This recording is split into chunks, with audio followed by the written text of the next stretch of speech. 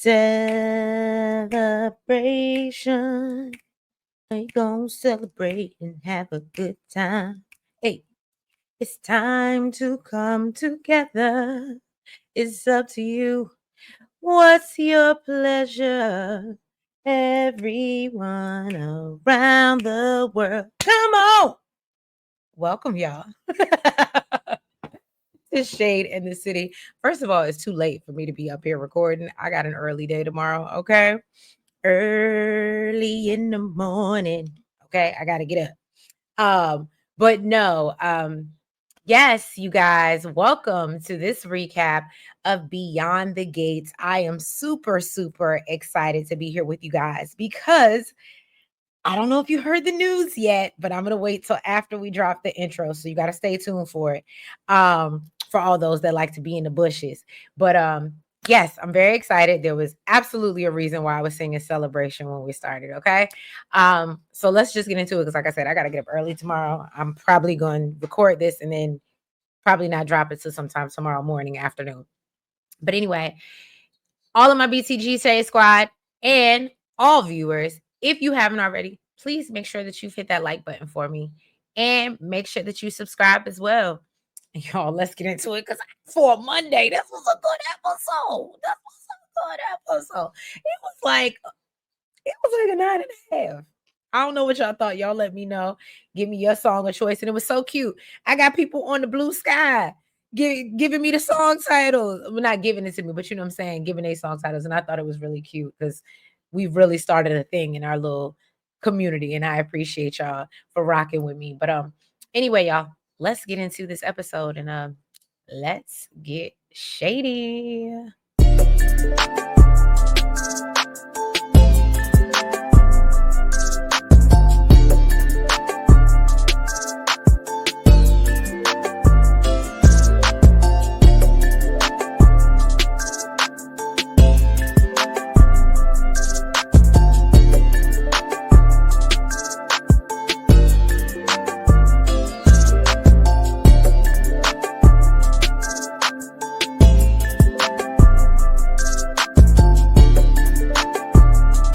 Okay, y'all. So we pick up where we left off, or it's kind of a lot of continuations from Friday.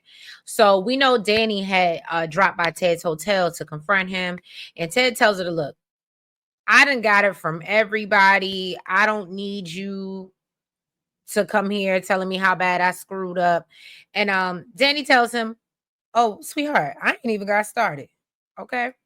So then she proceeds to tell Ted that he's a disgrace, running around behind Nicole's back and keeping his affair a secret. How he let his side piece and illegitimate spawn blow up Nicole's whole world in what was supposed to be one of the happiest moments of her life. And he tells him, look, it's beyond despicable. And Ted is like, look, I know that everything that happened with you and Bill, and it hits a little close to home, but I am nothing like that, man. So Danny says, no, actually, you're worse because Bill never pretended to be a good guy. And says Nicole actually thought she had her a good one. So then she asked Ted how he thinks his legitimate children are feeling right now. And Ted lets Danny know that Martin just came over and read him the riot act. And, you know, basically his kids are furious with him. So Danny tells him that Martin does have a way with his words and says that comes from the Dupree side of the family. And hopefully he doesn't pick up Ted's cheating genes. I said, it's the Reeds for me. It's the Reeds for me. Oh, y'all. I just went into it because I'm so thirsty to get into the recap. Pause. I forgot to tell y'all. They got renewed for season 2. Confetti. I am super excited for them, for us. Yeah, shout out to Black People Magic. I love it. I love it. Okay. What does my boo always say? Always bet on Black. So yeah, that's the good news. Beyond the Gates has been renewed for season 2. So shout out to them. All right, let's jump back into what I was supposed to be getting into. So Ted has let her know that Martin has came over and fussed him out. Danny admits that she knows that, you know, look, I know I'm a handful and people believe that I pushed Bill into Haley's arms, but Nicole is different. She was the perfect wife to you. And Ted basically can't disagree with her. And Danny gets emotional and asks how he could do this to someone who treated him so well? Ted says he's still trying to figure it all out to this day. Okay. He tries to blame it on the fact that they were going through a rough patch. And I love when Daddy said, what you not going to do? You can't use her fertility issues as an excuse. And Ted said that it's not. Look, I know that's not what you want to hear, but it's the truth. He admits that the affair was an escape, but he never stopped loving Nicole. So he makes it clear that he had no idea about Eva. He would have never left, his daughter just out there in the world, especially not with crazy ass Leslie. But he would have never left her out there to fend for herself. Then Ted tells her that, at this point, Danny, thank you for your services, but it's pointless. You can go now. And so as he tries to kick her out, and Danny's like, well, I'm just letting you know it ain't over. It ain't over. In my Kirk Franklin voice. Okay. And then when he opens the door, it truly wasn't over because Anita's there. Hello. Say hello to the bad guy. Yes, I'm the bad guy. I'm sorry. It's too many songs going through my head right now. Okay. But anyway, and Anita lets him know that, look, I got a few things to say. So Danny tells Anita, well, come on and join the party. And she lets her know that, no, I've been telling Ted about himself. And but I would love to get your input, mama. Come on in. So Anita says that, look, I would love to share. And Ted starts apologizing immediately, okay, for all of this, but says, look, I understand I was wrong, but this is between me, Nicole, and my kids. And Anita said all three of them. Ted,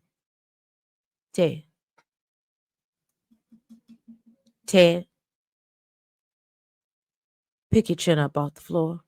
Can you pick your chin off the floor? Okay. So Danny chimes in that we know of for now, like he may have more. And so Ted tells him, look, his affair with Dana is the only time that he ever strayed. But tells Anita that he will not be. Oh, he says Nicole has the right to throw the book at him, but he will not be Anita's punching bag. And I was like, oh, yes, you absolutely will. If that's what she said she was going to be. And Anita respectfully tells him that this entire situation has revealed his true character and he's a coward. And can I tell you, I love that Anita and Kat use the word respectfully so much. Only because I only use respectfully after I've probably said something really nasty. And then I throw a respectfully after it or in front of it to kind of be like, respectfully. But I'm about to say some shady. Okay. And it's just so funny to me because literally every time they say respectfully, they say some shady. Okay.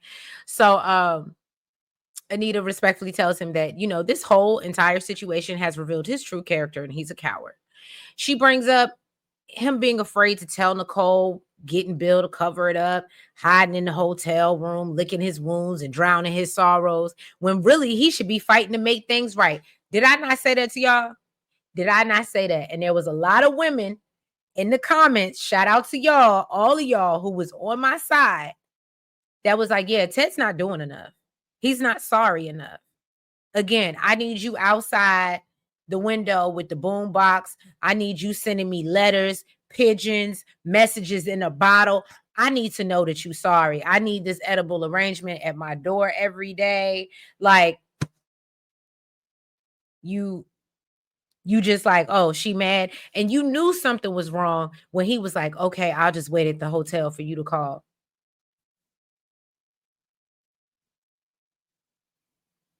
Call who? Not you? Not you? Oh, Jesus. Okay. To my point, Anita picked up on it too. He lacks emotion, and some of y'all just feel like Ted is a bad actor, which I thought was really funny, and y'all always give me a key. But yeah, he just wasn't upset enough for me. She says, you know what? It must be for the best because you're not man enough to be worthy of a Dupree woman. I said, damn, Anita.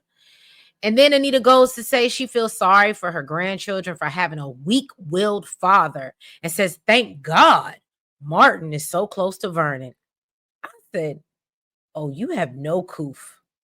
She left no crumbs on that table, okay? She ate. She ate, okay? Ted says, he's going to do everything in his power to earn their forgiveness of his children and Nicole. And then Anita says, well, she hopes it's true because he been hiding in their room. And while Leslie been around here running them up, Leslie, Five Guys, And so Anita tells him that Leslie showed up at the house with the DNA test. And so Ted lets him know, look, I have no idea that crazy is still running around here. And so she was like, well, look, we handled it without violence, but it's another instance of us cleaning up your mess. Handle your sir. So then she tells Danny that, you know what? We're done here. And Anita warns him before she leaves, look, handle your business if you ever want to earn Nicole's love and respect back. And I said, well, she gave him a word. Yes, she did. Now we see Vanessa, who happens to be over at Uptown. She runs into Martin, and Kat is kind of arriving around the same time. So Vanessa excuses herself, and we see Martin and Kat having a conversation, and he notices something is wrong with Kat. And Kat is telling him that it's Eva, and she just caught her being a little too friendly with Tomas. And Martin wants to know, well, what was said when she checked them. Now, y'all know. Over here, well, I ain't gonna even say over here as far as me, okay? I ain't gonna speak for all of y'all, but I know I got a lot of us in there that's Team Cat, okay? I'm gonna have to say y'all not gonna like what I have to say, okay? So brace yourself. I will say, for all that mouth and all that vitriol that Cat be giving, I'm kind of with Martin. I would have expected you to go up and check the situation. Y'all let me know in the comments if you think I'm reaching. I understand she's a classy girl. Like I said, I know we ain't gonna see nobody throwing no bowls and nothing like that. But I did absolutely expect her to go interrupt that situation and check Eva. And the fact that she left out, and maybe because of everything going on and everything she just went through. So I'm not taking that away from her.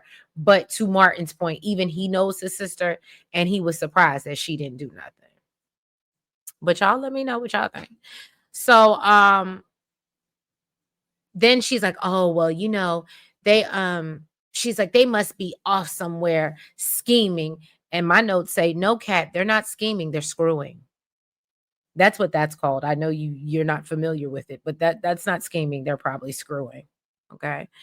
Martin tells her that, it could be an innocent explanation, and maybe he was reading Eva for filth, which part of that was true.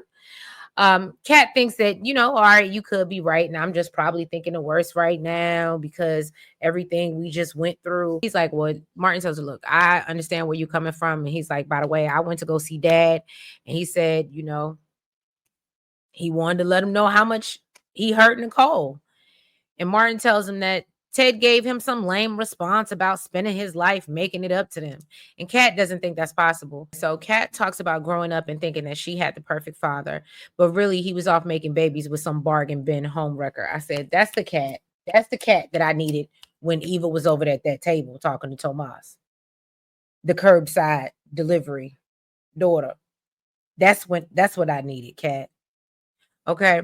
So Kat talks about how she can't believe her dad was bed hopping and had 2 women pregnant at the same time, and brings up how nasty she thinks it is that she has a half sister that's her age. And so Martin tells her, like it or not, Eva is their sister and they have to figure out a way to deal with it. So Kat says she wants to run Eva's basic ass back to where she came from.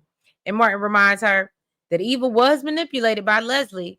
And he said, I just can't help but feel bad for her.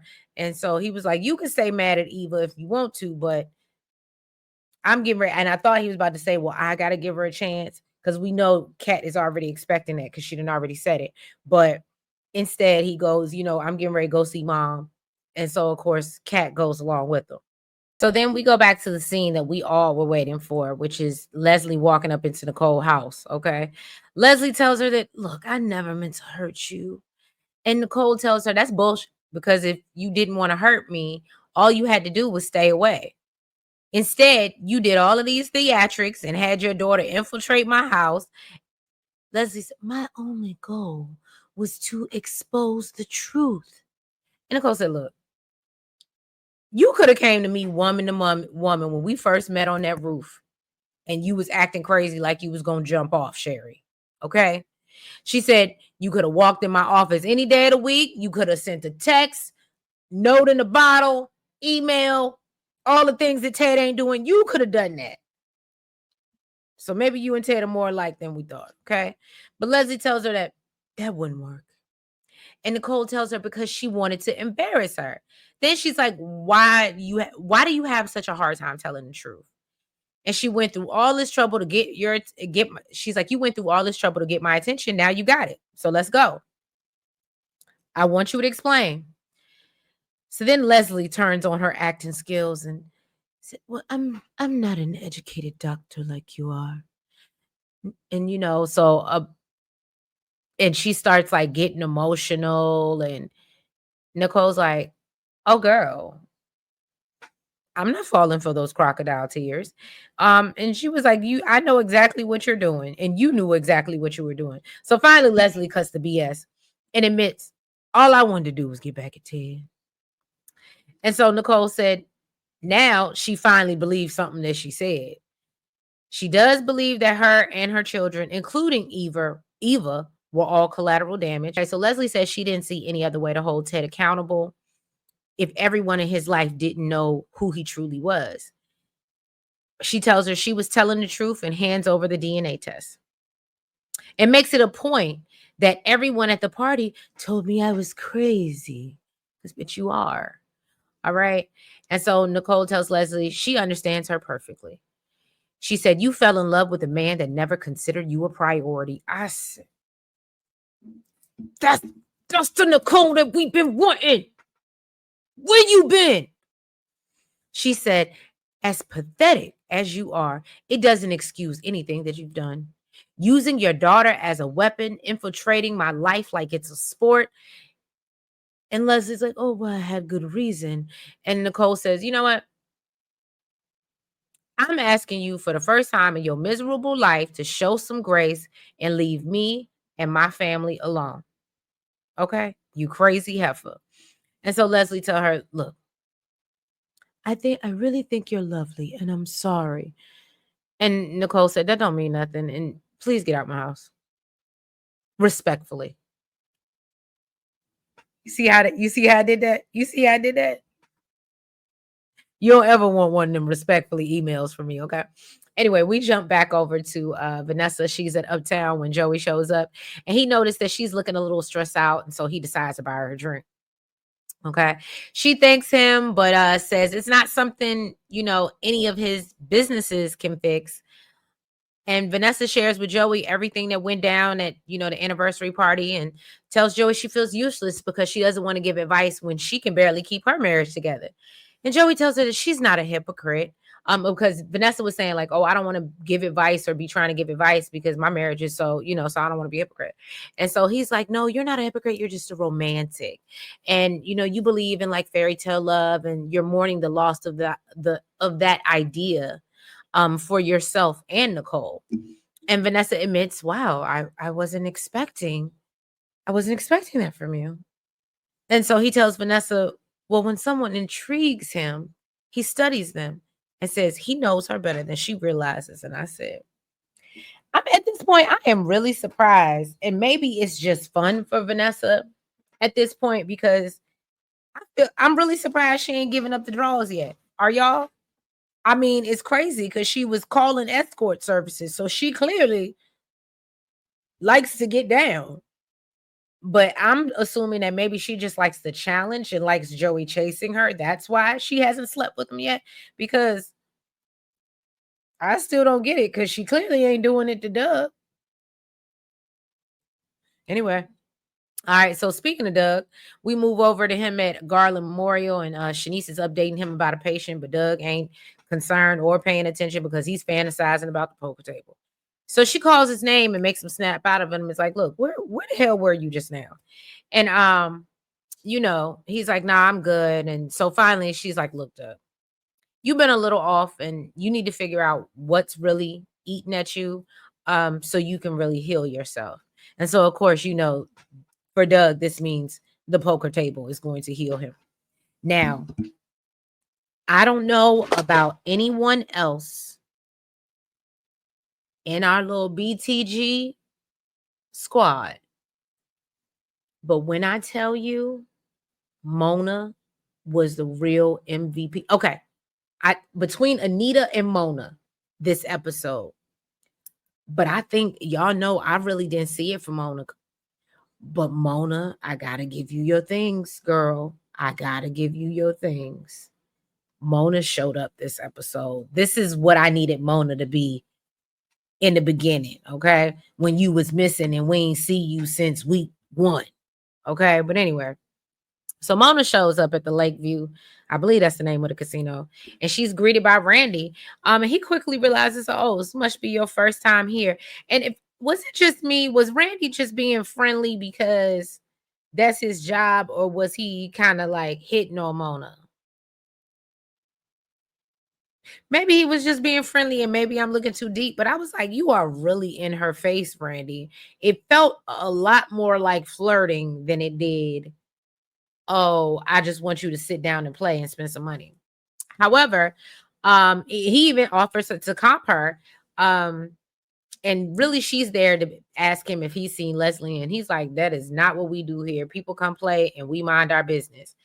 And so then she's like, well, where are your slot machines? And he's like, we ain't got no slot machines. We're all tables. So then she quickly figures out that the whole lie that Leslie told about hitting it big on the slot machine at the casino and how she bought them dresses for the party was a complete lie. Then as she's about to leave, she notices Eva sitting down at the table. So she said, well, you know what? I'm going all in. Okay. And so then she sits down at the table next to Eva and tells her that the best Oscar or the best actress goes to. And Eva cuts her off and said, I didn't really take you for a poker playing type. So Mona responded, well, I didn't really think that you were the type to play a backstabbing heifer. I said, Mona, where have you been? All my life. Where? Where, girl? Not you giving Eva one of the 4 H's. Yes. I said, okay, Mona. And she said, but hey, here we are. So Eva tells her, you seem upset. And another thing that pissed me off about this scene, Eva got the nerve to have an attitude like she don't understand why Mona is coming at her the way. For all of y'all, and I'm really not trying to tussle with y'all. I mean, we friendly tussle because we're respectful over here. But for all of y'all that do be feeling bad for her, and I can admit there are times Leslie is absolutely terrible. However, it's moments like this when she knows she dead wrong, but she gets this attitude about her. It's that I can't feel sorry for her. And I know y'all gonna have y'all rebuttals, and that's what we here to do. Dialogue, okay? But it's for me, because like I said, I love the actress. It's nothing, you know what I mean? It's that about her that I can't get with. Because like I said, I feel like she needs to sit in her and she should be remorseful and she should be kissing ass right now. I really do feel that way. But anyway, sorry, I went off on a tangent. So Mona tells her, that upset doesn't even begin to describe it. And she tells her she knows Leslie was behind it, but you're grown and you made your own choices. And Mona reminds her how you played in Nicole's face. And Eva says, look, I know what I did to Nicole and I feel horrible about it. Don't seem like it. And Mona asks her, well, how do you feel about what you did to me? So Mona tells her she put her reputation on the line to get her hired. And now she know ain't nobody in that family gonna trust her judgment moving forward. And Eva's like, Nicole, no, you ain't got nothing to do with it. She ain't gonna hold it against you. It's not your fault. It's not your problem. It's not a problem anymore because I cleaned my stuff out of the office and I'm gone. And so Mona said, well, what about the key that I gave you? And so Eva was like, well, I was going to give it back. And Mona's like, now, right now. So she gives her the key back. And Eva says that, I lost everything.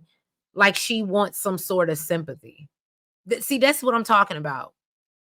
After she had all that attitude a few seconds ago. And I love when Mona leans over and she tells her, good. Confetti. All right. Now, Leslie has returned home and she's upset with the things that Nicole has said to her. So she gets a knock at the door, and of course, it's Mona conveniently. Leslie looks surprised and says, I thought you were mad at me, but I guess we're still friends. And she goes to hug her, and Mona said, but you better not touch me. Okay. Mona's there to let her know, look, you will never play me for a fool again. She tells Leslie, every word out of your mouth was a lie. And said, I just came from the casino and they don't even have slot machines, you lying ass. And so she wants to know where the money she used to buy them dresses from the anniversary party really came from. And so Leslie tell her, well, I did lie to you, but the money really came from credit cards. And I didn't want you and Jan. So we actually have Ashley's mama's name now. Not that any of us care, but for those who may, again, we like to give everybody a little something, okay? Her name is Jan, right? And basically she's saying she thought that they would judge her. So she assures her that, I'm still the same Leslie. And Mona tells her, and that's exactly the problem. All those gossip sessions, and you were really just sitting around gathering tea for your little ambush. And then brings up, then you use Eva and use me to help her get that job as Nicole's assistant. And Leslie admits that, yes, my motives were a little off. But said, you are the realest friend that I know. And Mona tells her that real friends do not use each other, sweetheart. Okay. And then lets her know that hell was meant for people like her, and tells her she hopes she enjoys the burn on her way out. I said, get it, Mona. Get it, Mona. Mona Lisa. My Mona Lisa. Hey, that should have been a theme song. Anyway, so Nicole, we see her Febreze in the house as usual. Plug. Okay, when Kat and Martin show up and she lets them know that Leslie was just there. So Martin is like, oh. And he's like, well, she just came by Anita and Vernon's the other day. And so Nicole lets them know that she claims she came by to apologize in her own little crazy way. Or at least that's what she wanted Nicole to think. Kat tells her when she's going to get in touch with security and make sure she gets Eva off the list as well. And Nicole lets her know, well, Eva has already been here to collect her things. And I think that Eva has accepted that this chapter of her life is over. And Kat tells her mother, respectfully, I think you're being naive. Respectfully, we've been telling Nicole that she's been naive, but she can't hear us, but she can hear Kat. Okay. And she doesn't think Eva's gonna go away, and neither do I. So Nicole questions Kat if she thinks she's being too. She's like, well, do you think you're being too hard on Eva? And Kat said no. It says that she saw this from the beginning. I've been trying to tell you. She respectfully, I've been trying to tell you from the beginning. And Nicole tells her that she doesn't know how Kat saw something that everybody else missed. And so Martin says that Chelsea actually brought up, all right, y'all.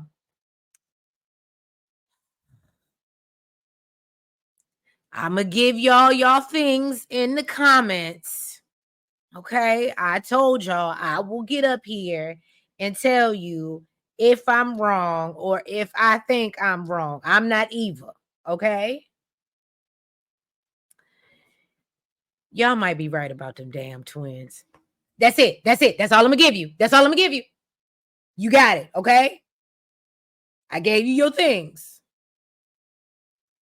But y'all might be right about them damn twins. Okay. Martin basically brings up how Chelsea brought up because Kat and Eve are so close in age And there are sisters, there might be some type of subliminal connection. So Kat says, you must be a comedian because the only thing that connects us is a lab result.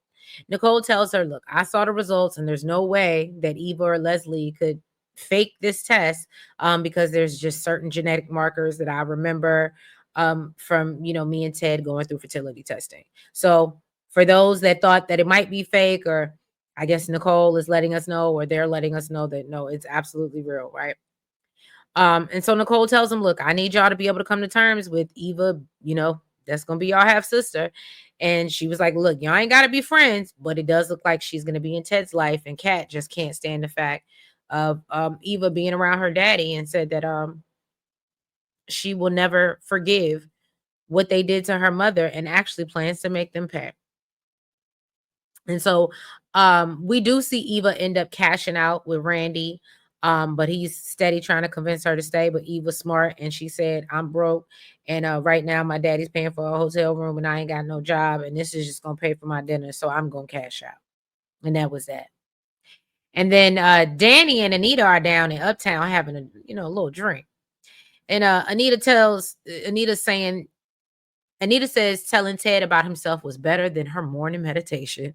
Danny tells her it's the power of a good read. I said, I really feel like they watch us, y'all.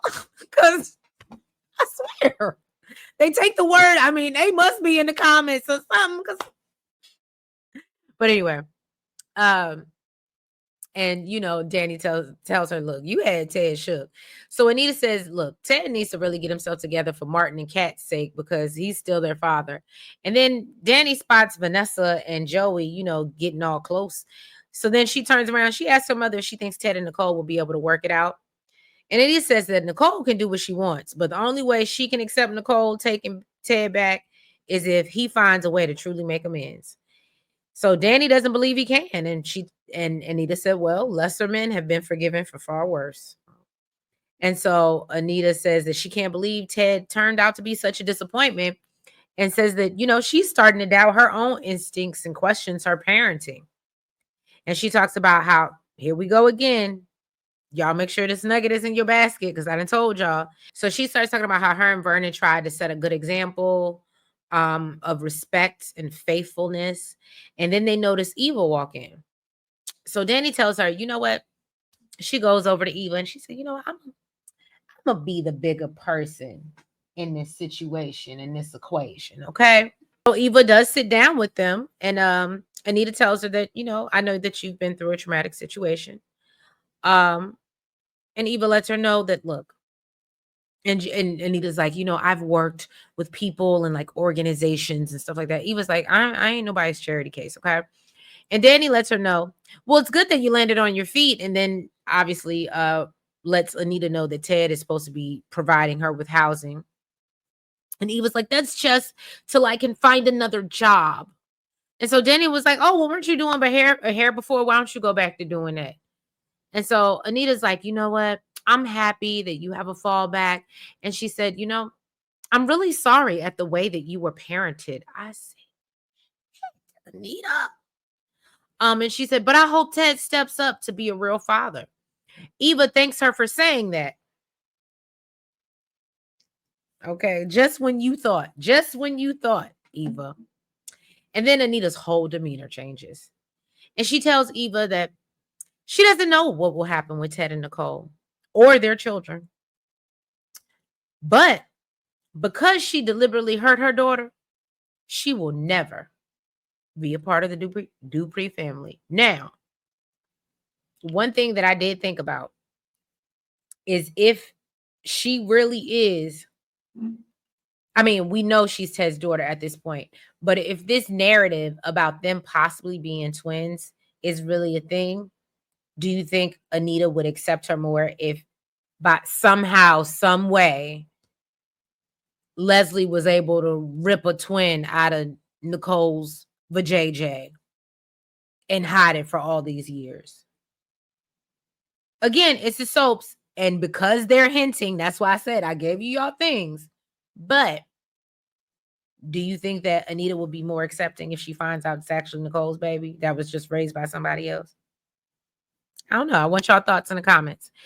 So Um, then we hop back over. Well, they're at the same place, but Joey is still canoodling with Vanessa, and he lets her know that he's always aiming to impress her, and she doesn't need to be nervous with him. He tells her, you should be aware, and it tells her you should be aware of that with all the discretion he's shown, with everything that he knows about her. And Vanessa tells him that you do have a point, and so he's like, why don't you come back to my spot? And Vanessa said, nah, it sounds tempting, but I'm gonna have to pass. And she's like, I'm actually surprised at my own response. But it's something in my gut that's telling me I need to take my home and get in my own bed by myself. And I said, yeah, because you're definitely gonna be by yourself because Doug ain't there. Because speaking of Doug done popped up and at the casino, and Randy isn't thrilled to see him, of course. And Doug says he's there because the people at work have noticed something's off with him, so he feel like he just need to play a few rounds to clear his head. And Randy's like, look, you need to do what Eva did, even though he don't know who Eva is. But he was like, you need to do what Eva did and just leave. Okay. And so Doug is like, well, why are you all of a sudden so soft? And Randy is like, because I see you spiraling and you're literally on the edge. And so he tells Doug, please just take a step back, turn around, and walk away. And so Doug agrees that he's going to do that. And then as soon as Randy walks out the room, which is crazy, like Randy's not going to come back, but Randy walks out the room and then Doug sits down and of course he's going to play because he has a problem. And now we see Leslie at home and she's, talking about how everyone she's ever loved has turned their back on her. And then she conveniently gets a knock at the door. And of course, this is not a test, okay? Or a crazy delusional dream. Ted is actually at the door, all right? So she lets him know that she's been fantasizing about him coming by. And Ted tells her, well, look, I'm really here because I need you to stay the hell away from the Duprees. And says, look, Nicole and her family are off limits. And if you mess with them again, you're going to have to deal with me. So Leslie asked Ted if, did Nicole run and, tell you that I came by? And Ted said, no, actually, I had no idea that you went crazy and went by and visited my wife. You really make it hard for me. And Leslie tells him, well, I was there to explain that I never meant to hurt her, Ted. And Ted, basically at this point starts to lose his cool. Leslie tells him that, look, I had to tell her that it had nothing to do with her. And it was really all about you. And so Ted tells her, congratulations, because Nicole done kicked me out. Martin and Kat want nothing to do with me. You've succeeded in ruining my life. So she tells him she didn't want to do that and says that basically what she really wanted was him and she's still in love. And Ted is looking at her and says, someone as twisted as you are not capable of loving anyone. So Leslie admits that, look, I was angry when I did all that crazy stuff. Okay. But now that you're here, and she said behind all that anger, her heart still belonged to him. All right. And she reminds him that, by the way, you are the father of my child.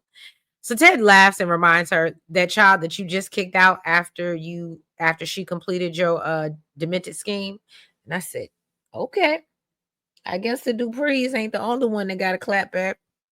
And so Ted tells her that Eva came, look, Eva came to me in distress. And so I'm taking care of her living arrangements pretty much from here on out. And said that I care about my daughter. I don't really give a damn about you. Okay. And Leslie tells him, well, if you're opening your heart up to Eva, then you must be willing to open it up to me too. And Ted said, what is wrong with you? Do you not hear what I'm saying to you? And Leslie tells, you loved me once. You can love me again. And Ted tells her, look, the only reason I convinced myself that I loved you was to make myself feel better for cheating on my wife. He says Nicole is the only woman that I have ever loved. And Leslie tells him, I'm not going anywhere. That's that real crazy. That's that fatal attraction type crazy. Rabbit in the pot crazy. Okay. And Leslie tells him, yeah, I ain't going nowhere. And if you need me, I'll be around. And so he tells her, I won't need anything. No, I'm pretty sure. But you know, they always say men like crazy. And Leslie happens to be a perfect example. So, but yeah, y'all. If you haven't already, guys, please make sure that you hit the like button. Make sure that you guys subscribe. Make sure that you comment and hit the notification bell. Make sure that you're following us on all the platforms. That's the Blue Sky, the TikTok, the IG, and the Facebook. Don't forget, members only live Thursday night. I think I'm going to schedule it for about 9 p.m. But if you haven't already, link is in the description box. Y'all go ahead, make the thing do what it do so we can get in here, talk about this week's episode, and then, yeah, give our Friday predictions. But again, I appreciate all the love and support, y'all. Thank you so much for just helping us grow and glow over here. And I will catch y'all tomorrow for episode 51. Y'all have a good night and a happy Tuesday. Bye-bye.